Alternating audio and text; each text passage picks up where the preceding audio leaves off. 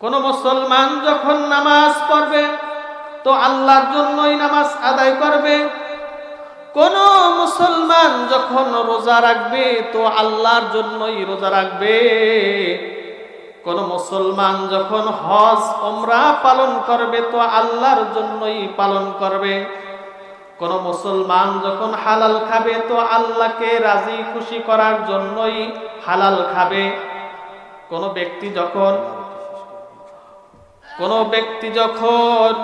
কোন মুসলমান যখন বন্ধুত্ব করবে তো একমাত্র আল্লাহ তাআলার জন্যই করবে। কোন মুসলমান যখন কারো সাথে দুশমনি করবে তো আল্লাহ তাআলার জন্যই কেবলমাত্র শুধুমাত্র দুশমনি করবে।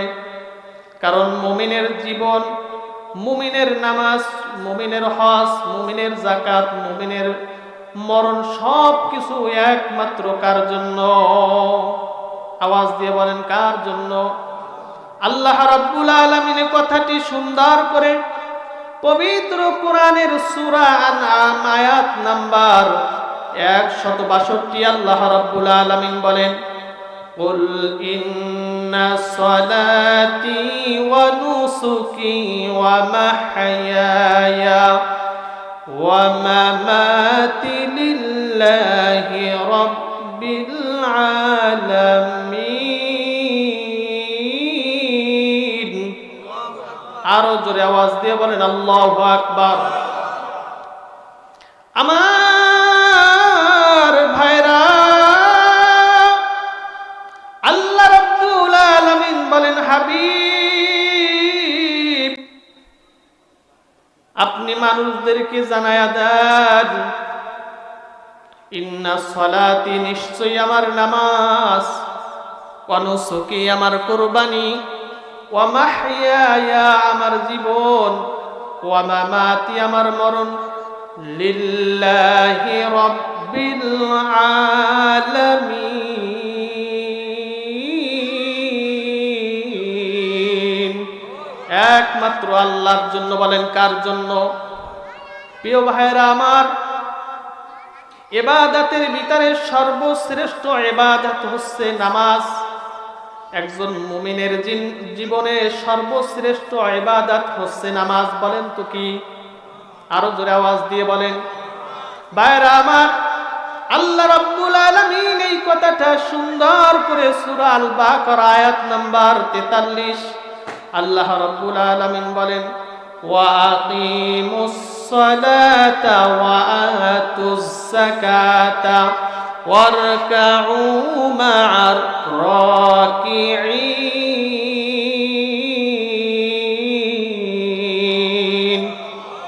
আল্লাহ রাব্বুল আলামিন বলেন, ওয়া আকিমুস সালাতা, তোমরা নামাজ কায়েম করো, নামাজ কায়েমের আন্দোলন করো, অর্থাৎ জামাতের সাথে নামাজ আদায় করো। বলেন তো জামাতের সাথে নামাজ আদায় করার দরকার আছে না নাই? জামাতের সাথে নামাজ আদায়ের গুরুত্ব কোরআন এবং হাদিসে আছে না নাই? আমার প্রিয় ভাইরা,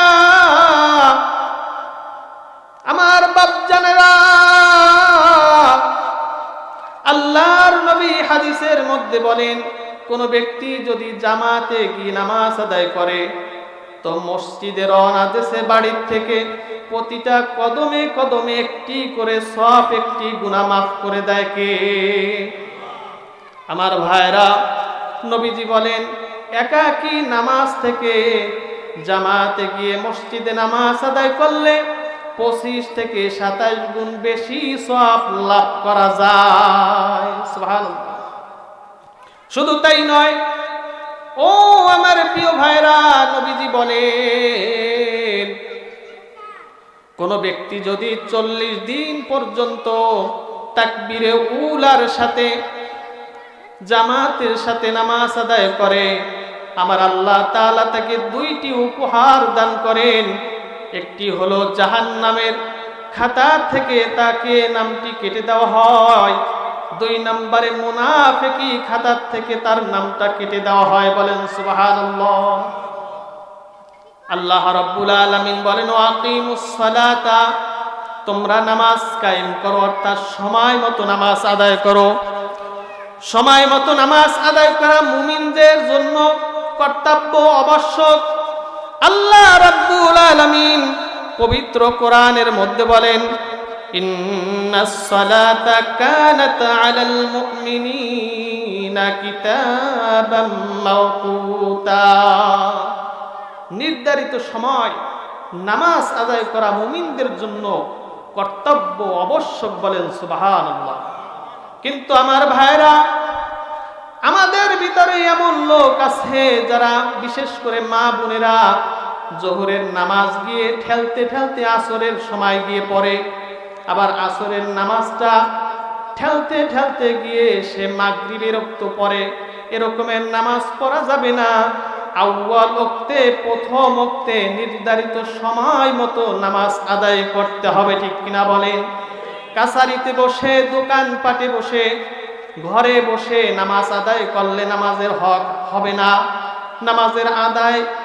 নামাজ আদায়ের হক আদায় হবে না। এজন্য মসজিদে গিয়ে জামাতের সাথে নামাজ আদায় করতে হবে। ভাইরা আমার, আল্লাহ রাব্বুল আলামিন বলেন, ওয়াকিমুস সালাত, তোমরা নামাজ কায়েম করো, অর্থাৎ নিজের জীবনে নামাজ পড়ো, পরিবারদেরকে নামাজ পড়ার তাগিদ দাও, হুকুম দাও। নিজে শুধু নামাজ পড়লে হবে না, পরিবারদেরকে নামাজ পড়ার হুকুম দিতে হবে, ঠিক কিনা বলেন? কারণ আল্লাহ রাব্বুল আলামিন বলেন, কু আনফুসাকুম ওয়া আহলিকুম নারা। বান্দা, তুমি একাই জাহান্নামের আগুন থেকে বাঁচলে হবে না, তোমার আহাল পরিবার পরিজনদেরকে জাহান্নামের আগুন থেকে বাঁচাতে হবে। জোরে বলেন সুবহানাল্লাহ। এজন্য ভাইরা আমার, আমরা শুধু একা নামাজ পড়বো না, পরিবার, সমাজ, রাষ্ট্রের সকলকে নামাজ পড়ার হুকুম দিব, দাওয়াত দিব। ভাইরা আমার, এরপরে ওয়াতুজ যাকাত, যাকাত আদায় করে দিব। ওয়ারকাউ মা'আর রাকিঈন, এবং রুকুকারীদের সাথে রুকু করব, অর্থাৎ জামাতের সাথে নামাজ আদায় করব। যার নামাজ যত বেশি, তার মুহাব্বত আল্লাহর সাথে তত বেশি, বলেন সুবহানাল্লাহ। যার নামাজ যত সুন্দর, আল্লাহর সাথে তার সম্পর্ক তত সুন্দর, বলেন সুবহানাল্লাহ। এজন্য ভাইরা, জামাতের সাথে নামাজ আদায় করার দরকার আছে না নাই? কে কে আজ থেকে জামাতের সাথে নামাজ আদায় করবেন? ইচ্ছাকৃতভাবে কোনোদিন নামাজ ত্যাগ করবেন না। কারণ নবীজি সাল্লাল্লাহু আলাইহি সাল্লাম বলেন, মান তারাকা সালাতান মুতাআম্মিদান ফাকাদ কাফার। যে ব্যক্তি ইচ্ছাকৃতভাবে সালাত ছেড়ে দিল, নামাজ ছেড়ে দিল, সেই ব্যক্তি আল্লাহ এবং আল্লাহর রাসূলের জিম্মা থেকে বহিষ্কার হয়ে গেল। যার নামাজ আছে তার ইসলাম আছে, যার নামাজ নাই তার কোনো ইসলামে জায়গা নাই। এজন্য ভাইরা আমার, কে কে আজ থেকে 5 ওয়াক্ত নামাজ জামাতের সাথে আদায় করবেন? দুটি হাত আমার আল্লাহকে দেখায় দেন। লিল্লাহি তাকবীর, লিল্লাহি তাকবীর। আল্লাহ তাআলা কবুল করুক, বলেন আমিন। চেষ্টা করবেন ভাই, দৈনিক 5 ওয়াক্ত নামাজ জামাতে গিয়ে পড়ার। আল্লাহ তাআলা তৌফিক দান করুক, বলেন আমিন। এরপরে আল্লাহ তাআলা পবিত্র কোরআনের সূরা বনী ইসরাঈলের 23 এবং 24 নম্বর আয়াতের ভিতরে আল্লাহ তাআলা নিজের ইবাদতের পাশাপাশি মা বাবার দায়িত্ব এবং কর্তব্য 6টি বিষয় আল্লাহ তাআলা সন্তানদেরকে বলে দিয়েছেন, বলেন সুবহানাল্লাহ। 1 নম্বর দায়িত্ব কি সন্তানের? আল্লাহ রাব্বুল আলামিন বলেন, ওয়াবিল ওয়ালিদাইনি ইহসানা। জোরে বলেন আল্লাহু আকবার।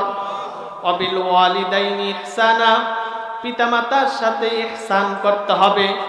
ইহসান এটি আরবি শব্দ, যার অর্থ হলো অনুগ্রহ করা, দয়া করা, পিতামাতার সাথে সৎ ব্যবহার করা। যে কেমন অনুগ্রহ, কেমন দয়া, কেমন সৎ আচরণ, একটা উদাহরণ দিলাম বোঝার জন্য। ভাইরা আমার, আপনি যে মানের খাবার খাবেন, আপনার স্ত্রী ছেলে মেয়েদেরকে যেই মানের খাবার খাওয়াবেন, আপনি যেই মানের পোশাক পরবেন, আপনার স্ত্রীকে যেই মানের পোশাক পরিধান করাবেন, আপনি যেই মানের বাসায় থাকবেন, আপনার স্ত্রী পরিবার পরিজনদেরকে যেই মানের বাড়িতে রাখবেন, ভাইরা আমার, ওই মানের খাবার, ওই মানের পোশাক, ওই মানের ঘরে মা বাবাকে স্থান দিতে হবে, খাওয়াতে হবে, পোশাক পরিধান করাতে হবে। এর নাম ইহসান, এর নাম দয়া, এর নাম অনুগ্রহ। জোরে বলেন সুবহানাল্লাহ। আপনি বাজারে গেছেন, নিজের জন্য পরিবারের জন্য জামা কাপড় কিনেছেন, উপহার কিনেছেন, তো মা বাবার জন্য ওই পরিমাণ উপহার কিনবেন, মা বাবার জন্য ওই পরিমাণে জামা কাপড়, ওই দামের জামা কাপড় কিনবেন। এটার নাম হলো ইহসান করা, এটার নাম হলো দয়া করা। কি বলেন, ঠিক কিনা বলেন? ভাইরা আমার, 2 নাম্বার হলো ইম্মা ইয়াবলুগান্না ইনদাকাল কিবারা আহাদুহুমা আও কিলাহুমা ফালা তাকুল লাহুমা উফ। আমাদের জীবদ্দশায় যদি আমাদের পিতা এবং মাতা, মা এবং বাবা যদি বৃদ্ধ হয়ে যায়, বয়স্ক হয়ে যায়, তাহলে কি করবেন? বয়স্ক হয়ে যাওয়ার কারণে, বৃদ্ধ হয়ে যাওয়ার কারণে আব্বা আম্মা শিশু সুলভ আচরণ করবে, তাদের দাবি দাওয়া বেড়ে যাবে, কামনা বাসনা বেড়ে যাবে।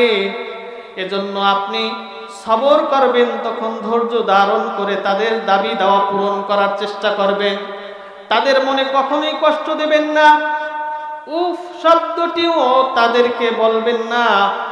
তাদেরকে ফালা তানহারহুমা উফ, তাদেরকে এই উফ আহ শব্দ বলে এই বিরক্তকার শব্দ তাদের সামনে প্রকাশ করবেন না। তাদেরকে এই উফ শব্দ দিয়ে তাদেরকে কষ্ট দিবেন না। আল্লাহ রাব্বুল আলামিন 3 নাম্বার সন্তানদেরকে আদেশ করলেন, নির্দেশ করলেন, ওয়ালা তানহারহুমা, পিতামাকে ধমক দিবে না, পিতা মাতাকে ধমক দিবে না, ঝাড়ি দিবে না। আমার ভাইরা, আল্লাহ রাব্বুল আলামিন যেখানে পিতা মাতার সাথে উফ শব্দটা বলতে নিষেধ করেছে, সেখানে তো ধমক দেওয়ার কোনো প্রশ্নই আসে না।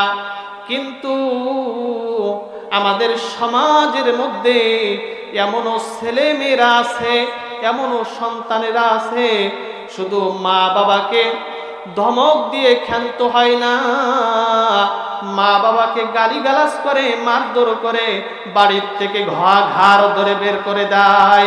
এমন কুলাঙ্গার সন্তান আমাদের জমিনে আছে না নাই? ভাইরা আমার, খুব লক্ষ্য করুন, খেয়াল করুন। আল্লাহ তাআলা বলেন, ওয়ালা তানহারহুমা, পিতা মাতাকে ধমক দিও না। ভাইরা আমার, আপনি যতটুকু পিতা মাতার জন্য করবেন, উপরওয়ালার থেকে ততটুকুই পাবেন, ঠিক কিনা বলে? পানিতে যতটুকু নামবেন ততটুকুই ভেসবেন। এই জন্য পিতা মাতার সাথে সৎ আচরণ করলে, ভালো আচরণ করলে, ভবিষ্যতে আপনার সন্তানেরা আপনার সাথে ভালো উত্তম আচরণ করবে, এটাই বাস্তব, ঠিক কিনা বলেন? ভাইরা আমার, এরপরে আল্লাহ রাব্বুল আলামিন 4 নাম্বার হকের কথা বললেন, ওয়াকুল্লাহুমা কওলান কারীমা, পিতা মাতার সাথে নম্র স্বরে কথা বলবে, নিচু হয়ে কথা বলবে, উঁচা গলায় কথা বলবে না। পিতা মাতার সাথে ঝিরকি দিয়ে, ধমক দিয়ে কথা বলতে নিষেধ করেছেন কে? পিতামাতার সাথে ঝিরকি দিয়ে, ধমক দিয়ে কথা বলা যাবে না। 5 নাম্বার হলো ওয়াখফিদ লাহুমা জানাহাজ যুল্লি মিনার রাহমা, তাদের সামনে ভালোবাসার সাথে, নম্রতার সাথে মাথা নত করে দাও। তাদের সামনে ভালোবাসার আদর যত্ন, তাদের সামনে নমনীয়তা দেখাও। এই নমনীয়তা খবরদার যেন লোক দেখানো না হয়। লোক চক্ষুর আড়ালে আপনার পিতামাতাকে মারধর করেন আর লোকদের সামনে আপনার পিতামাতার সাথে ভালো ব্যবহার করেন, বলেন তো পৃথিবীর কেউ না দেখলে একজন দেখে চিল্লায় বলেন তিনি কে? পিতামাতার গায়ে যদি হাত দেন, পিতামাতাকে যদি ধমক দেন, পিতামাতাকে যদি ঘাট ধরে বের করে দেন বাড়ির থেকে, যদি তাদেরকে বৃদ্ধাশ্রমে রেখে দেন, খবরদার মুসলমান, আমি বলে যেতে পারি আপনার কপালে বৃদ্ধাশ্রমও জটবে না। কথা বলেন ঠিক কিনা? এজন্য পিতামাতার সাথে অন্যায় আচরণ করা যাবে না। পিতামাতার জন্য দোয়া করতে হবে। বলেন তো কি করতে হবে? দোয়াটাকে শিক্ষা দিয়েছেন আল্লাহ রাব্বুল আলামিন, বলেন ওয়াকুর রাব্বিরহামহুমা কামা রাব্বায়ানি সগীরা। যারা পারেন ঠোঁট মিলিয়ে বলেন ওয়াকুর রাব্বিরহামহুমা কামা রাব্বায়ানি সগীরা। নামাজের পরে বলবেন, হে আল্লাহ, আপনি আমার পিতা এবং মাতার উপর রহম করুন, দয়া করুন, যেমনি তারা শৈশবকালে আমাকে লালন পালন করেছেন। বলেন সুবহানাল্লাহ। পিতামাতা জীবিত থাকলেও এই দোয়া করতে হবে, মৃত্যুবরণ করলে মুমিন হিসাবে, মুসলমান হিসাবে এই দোয়া করতে হবে। যদি পিতামাতা কাফের হয় তাহলে তাদের জীবদ্দশায় এই দোয়া চলতেই থাকবে, রহমতের দোয়া, কিন্তু মৃত্যুর পরে তাদেরকে আর এই দোয়া করা যাবে না। এজন্য ভাইরা আমার, পিতামাতার সাথে এই 6টি সৎ আচরণ, এই 6টি হক আপনাকে আমাকে আদায় করতেই হবে। ঠিক কিনা বলেন? লোকমান হাকিম তার সন্তানকে বললেন, উপদেশ দিয়া, ইয়া বুনাইয়া লা তুশরিক বিল্লাহ ইন্নাশ শিরকা লাযুলমুন আযীম। আল্লাহু আকবার।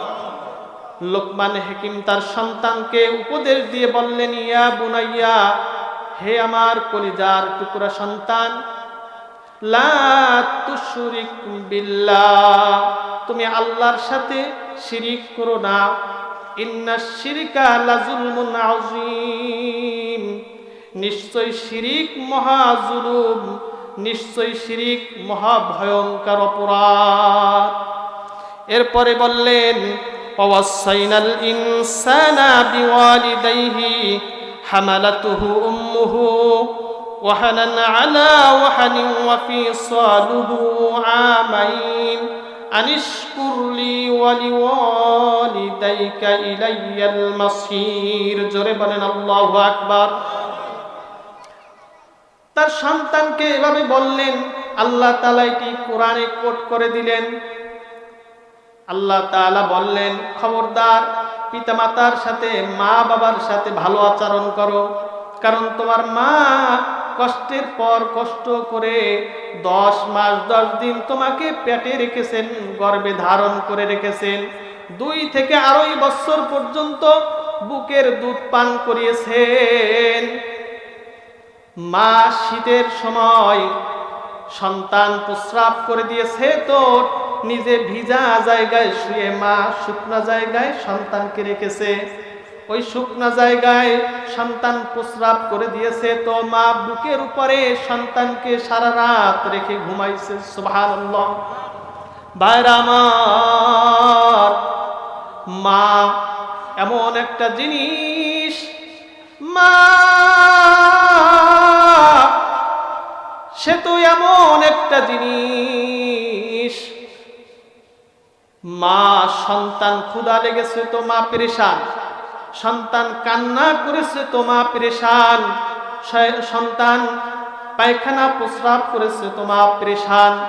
এজন্য তো মায়ের কথা হাদিসে 3 বার এসেছে, বাবার কথা 1 বার এসেছে। একজন লোক এসে বললেন, ইয়া রাসূলুল্লাহ, ইয়া হাবিবাল্লাহ, পৃথিবীতে আমি সবচাইতে ভালো আচরণ কার সাথে করব? আল্লাহর নবী বললেন, উম্মুকা, তোমার মায়ের সাথে।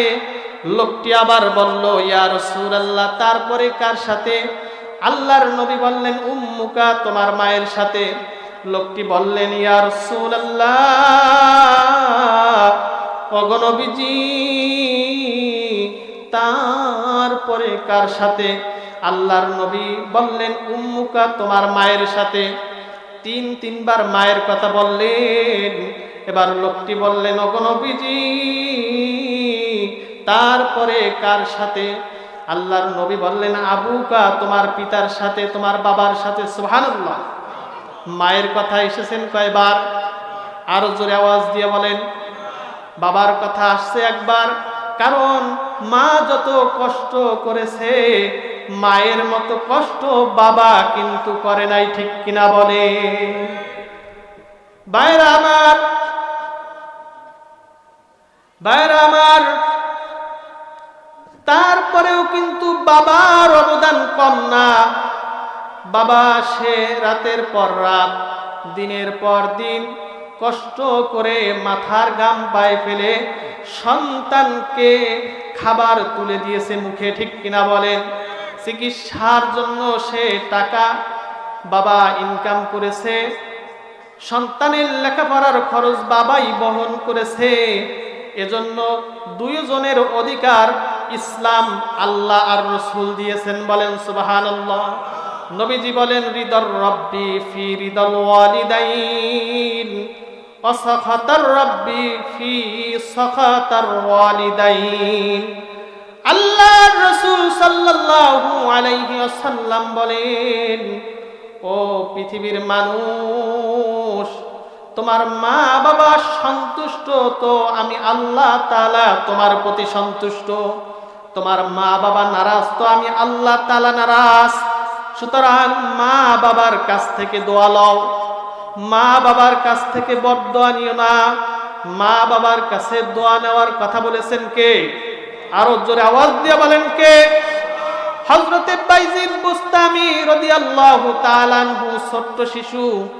সে যখন ছোট্ট ছিল তো মা গভীর রজনীতে বাইজিদকে বলল, বাইজিদ, আমার পানির পিপাসা লেগেছে, বাবা তুমি আমার জন্য এক গ্লাস পানি নিয়ে আসো।